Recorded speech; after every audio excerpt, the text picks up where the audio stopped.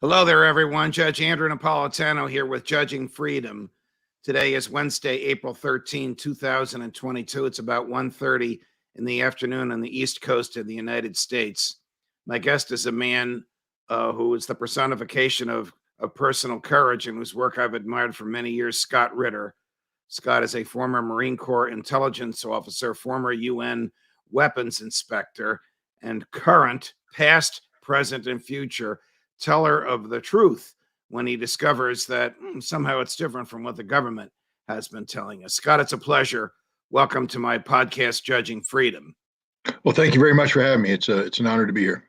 Thank you. I just want to go back in your history a little bit. I really want to talk about Ukraine, but before we get there, did Saddam Hussein have weapons of mass destruction of the nature and capacity as stated by the Bush administration sufficient to justify the invasion of Iraq? Well, he did at one time. When the United Nations weapons inspection process was formed back in 1991, Saddam Hussein had considerable chemical weapons, biological weapons. He had a nuclear weapons program that was 6 months away from possibly having a nuclear device. And he had a long-range ballistic missile program that had not only fired missiles against Israel and the Gulf Arab states during the Gulf War, but research was being done to create a missile that could carry a nuclear warhead. So this was a real threat. And the other thing is that Saddam lied about it initially, underdeclared his missiles, underdeclared his chemicals, denied having biological and nuclear weapons capability. I was brought in, a couple months after the creation of this unit, when the UN was confronted by these lies. I'm an intelligence officer. I'm not a chemist, a biologist, a nuclear physicist, or a rocket scientist. My job is to collect information and then assess it and then package it so it can be used to carry out inspections. And for 7 years, we did this very difficult job. By the time we completed, we could account for about 90 to 95% of Iraq's weapons of mass destruction.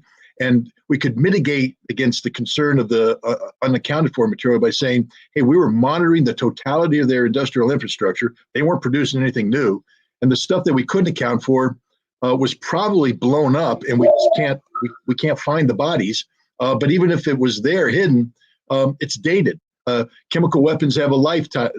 Biological agents degrade over time. We know he didn't have a nuclear capability, and we could account for all of his missiles. So in 1998, when I left the job, Iraq posed no threat to the international community worthy of war. And that held true in March of 2003 when the Bush administration made the decision to send American troops over the border in what I believe and other people believe was a illegal war of aggression. And what was the reaction of your superiors when you told them that he has nothing or what he has is not usable? Well, I mean, I started recognizing some of this early on in as early as 1993. I had a meeting with senior CIA officials in the office of then director of the CIA, James Woolsey, where I briefed them that we could account for all of Iraq's ballistic missile capability.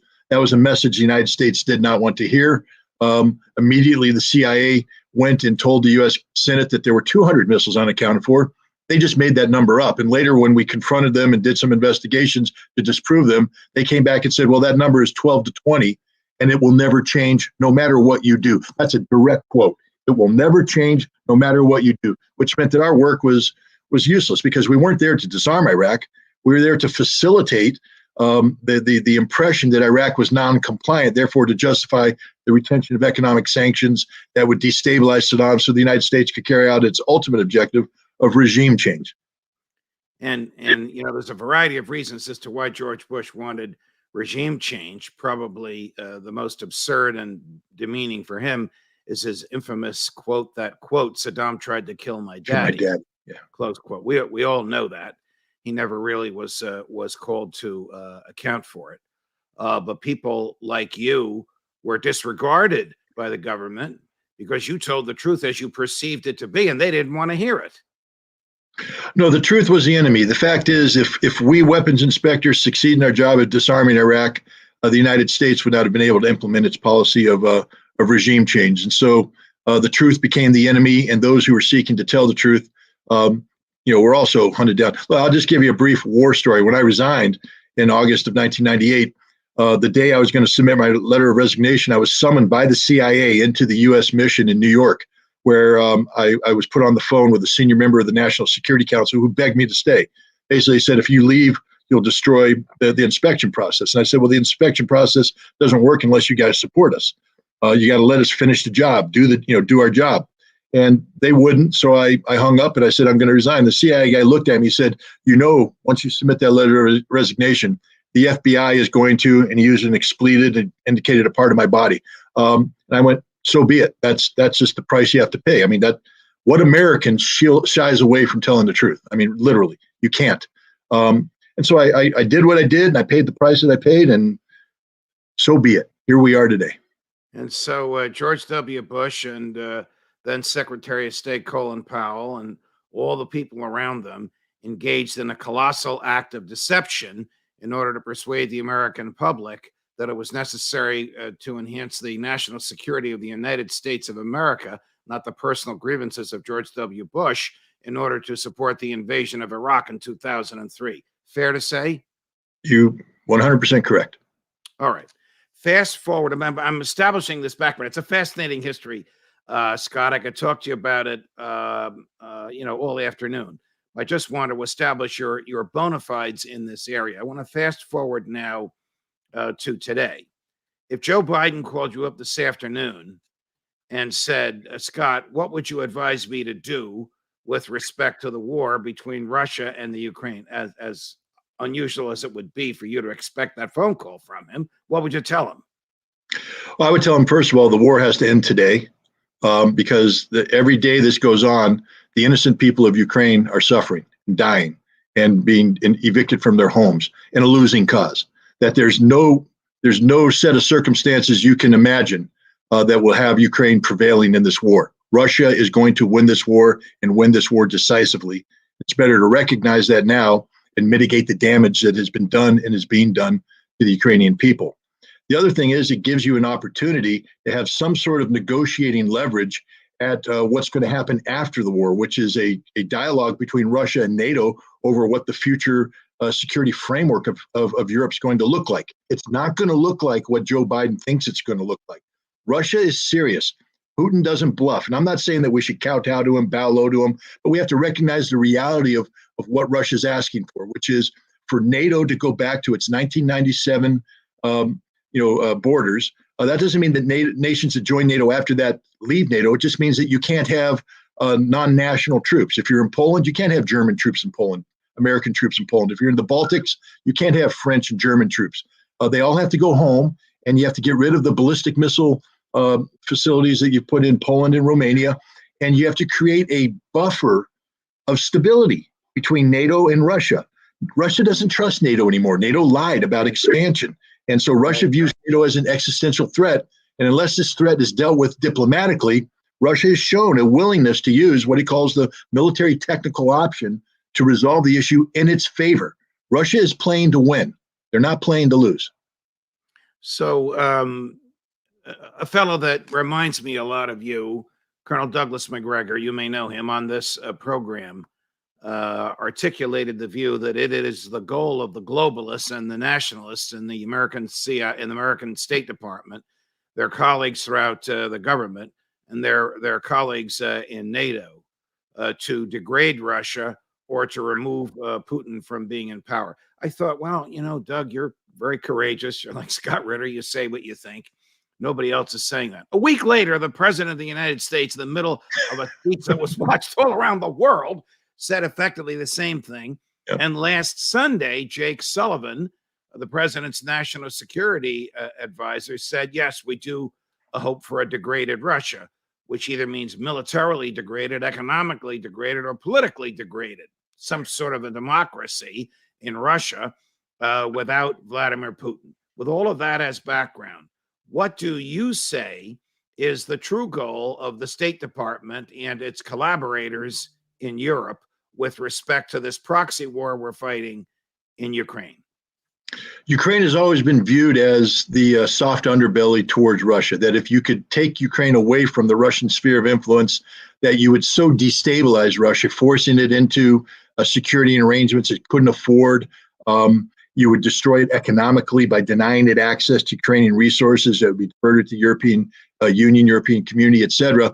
That this would create economic distress and bring with it public unrest that would achieve the ultimate objective, which is to remove Vladimir Putin from power. This has been the stated policy of the United States since 2009. They can deny it, but if you remember the Great Reset of the Obama administration, the embarrassing misspelled red button word, that was a policy of regime change. The United States was committing to keeping Dmitry Medvedev in as president and permanently removing Vladimir Putin from any prospect of being president.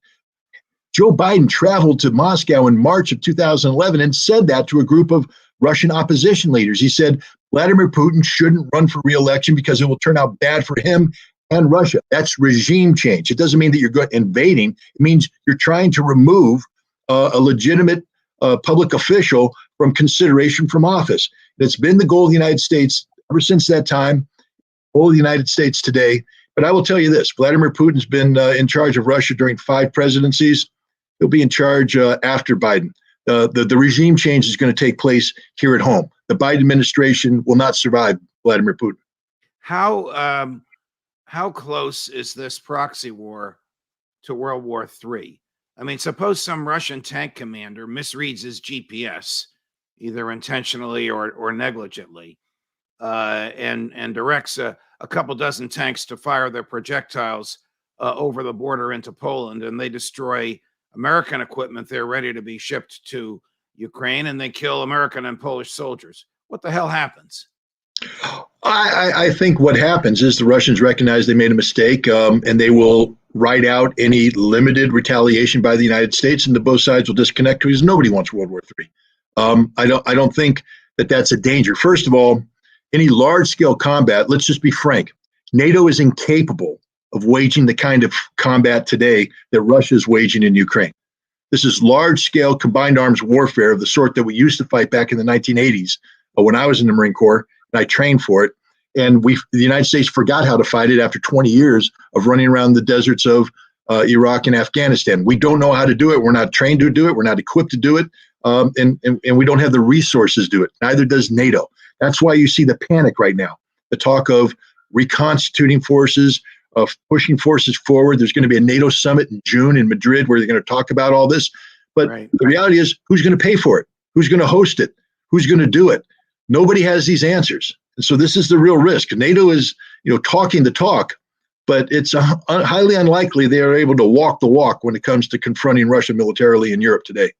Did you, in collaboration with your friends in the intelligence community, conduct some sort of an investigation of what allegedly happened at Bucha last week, where the American public was told through government sources and media that civilians were tied and hogtied and tortured and executed? I didn't collaborate with anybody in the intelligence community.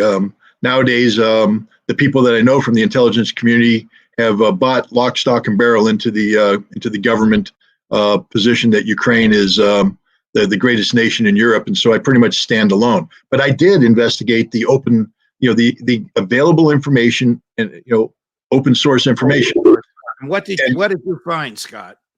What I found is that without exception, all of the data points to the Ukrainian National Police carrying out a cleansing operation on April 1st that targeted pro-Russian collaborators and what they called Russian saboteurs. And when we say cleansing operation, it means killing them. There's a video where a member of this national police unit asked permission to shoot people who aren't wearing the blue armband, and he was given permission to fire.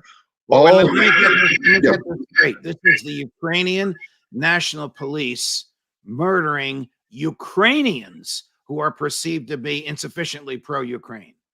Correct. These are Ukrainians who were wearing the white armband that signifies either neutrality or pro-Russian sympathies. They were carrying the green Russian army dry ration packs that the Russians had handed out to the civilians as a humanitarian gesture, and they were gunned down in the streets as they were moving in a direction towards the Russian lines. So they were killed by the Ukrainian National Police. Now, the Ukrainians will claim that this didn't happen. Indeed, the New York Times put out a satellite photograph that says, no, these bodies were there on March 19th.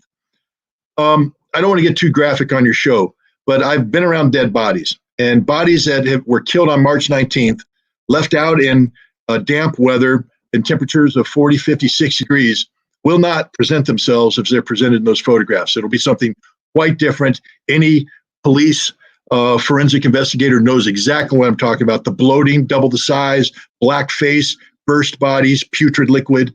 That's what you'll see 14 days after being killed and left outside unattended. That's not what we saw there. So New York Times is lying.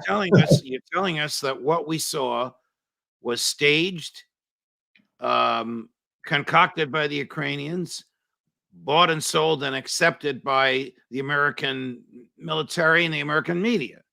Well, I'm not saying it's staged. What happened was murder. The Ukrainian National Police went through Bucha and murdered people, murdered them, shot them down the streets. Some of these people had their hands tied behind their back and were shot in the back execution style. This was not a staged event. What happened is the Ukrainians realized that they had a PR problem, and so they shifted the narrative, and that narrative was bought by the U.S., or I'm not going to say bought, it was just parroted. The U.S. knows who killed them. Trust me, the U.S. has the satellite photographs. The U.S. knows exactly what happened, but the U.S. isn't in the business of telling the truth. They're in the business of promulgating Ukrainian lies, and this lie was to create a narrative of Russia as a genocidal state trying to massacre innocent Ukrainian civilians. That's not what happened. The evidence is clear. If we took this trial today, Judge, I can guarantee you I'd be able to make a very strong circumstantial case that this crime was committed by the Ukrainian National Police, and they would have nothing to defend with. How does this end? I mean, if we just keep shipping billions in military equipment there, and Putin just keeps sending, thousands more conscripts and generals of great military experience, call him a butcher, but he certainly knows how to command troops. How does this end? Well, first of all, I take umbrage at the notion that they're sending thousands of conscripts. Again, that's a Western narrative designed to create an impression inside Russia of impending Russian military defeat. Let me make this clear. Russia is winning this war, and winning this war decisively, and winning this war on a timeline dictated by Russia. Putin just gave a speech the other night where he said, our troops, we're not worried about the West timeline. We are carrying out what he called a very literal war. That means by the book, by the numbers, designed to reduce Russian casualties and inflict maximum casualties on the Ukrainians. Just yesterday, we had 1,000 Ukrainian Marines surrender. Prior to that, it was 200. In the days to come, you're going to see 5,000, 10,000 Ukrainian troops surrender at a time because they're caught up in a cauldron. They can't escape. Their choice is to surrender or die. That's the reality of the war. This war, it's about to end decisively in favor of Russia. And the West is going to have to deal with that reality. And Putin said one other thing, too. There will be no negotiated settlement. Zelensky can sit there and talk to the Western media all he wants about the various points he's going to bring up and the issues and concerns of Ukraine. It doesn't matter. It will be unconditional surrender dictated by the Russians to the Ukrainians. That's the reality. That's what's going to happen. And there's nothing the West can do to change it. All these weapons that are being sent in are either being destroyed shortly after they arrive, or as soon as they arrive in the hands of the Ukrainian troops, those troops are killed and targeted by the Russians, who control the skies, control the firepower, and control the maneuver. They're winning this war. I have not seen or heard as clear and precise a description of what's happening there as you just gave us.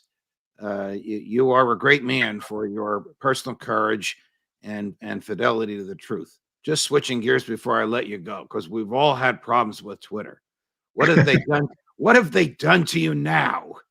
Well, I'm permanently banned. I was banned. I didn't know it was permanent. I thought you were on some sort of a suspension, and they didn't tell you why. Well, no, they suspended me once last week. They claimed it was a tweet that I wrote about Bucha, about the I was saying that it was done by the Ukrainian National Police. They then lifted that suspension, only to suspend me a few days later about a tweet I actually wrote before the first tweet, again about Bucha. This time they notified me this morning that my appeal was denied, and it's a permanent ban because I am promoting abusive and harmful rhetoric. Basically, it's because I refuse to kowtow to the official narrative, and I'm I'm sticking with the facts, not the fiction that Twitter wants. So I'm done with Twitter. I mean, I'm sorry about it. I enjoyed it. It was a nice forum. It was a great place to have informed debate, discussion, and dialogue, which I think is the cornerstone of democracy. But I've been shut down, whether it's official violation of First Amendment rights or just outright censorship. The bottom line is my voice is no longer going to be heard on Twitter. I think in the next edition of Webster's Unabridged, next to the phrase personal courage will be one of those little postage stamp pictures of Scott Ritter. Thank you very much for joining us. I hope you'll come back, my friend. Anytime, sir. Thank you very much for having me. One little announcement to everybody watching us now. Congressman Ron Paul will be here on Tuesday, April 19th at 12:45 in the afternoon. He was scheduled for yesterday. We had a technical difficulty. It's been fixed. He'll be with us next week, Tuesday, 12:45 p.m. Eastern. Scott Ritter, what a pleasure. Thank you. Judge Napolitano for Judging Freedom.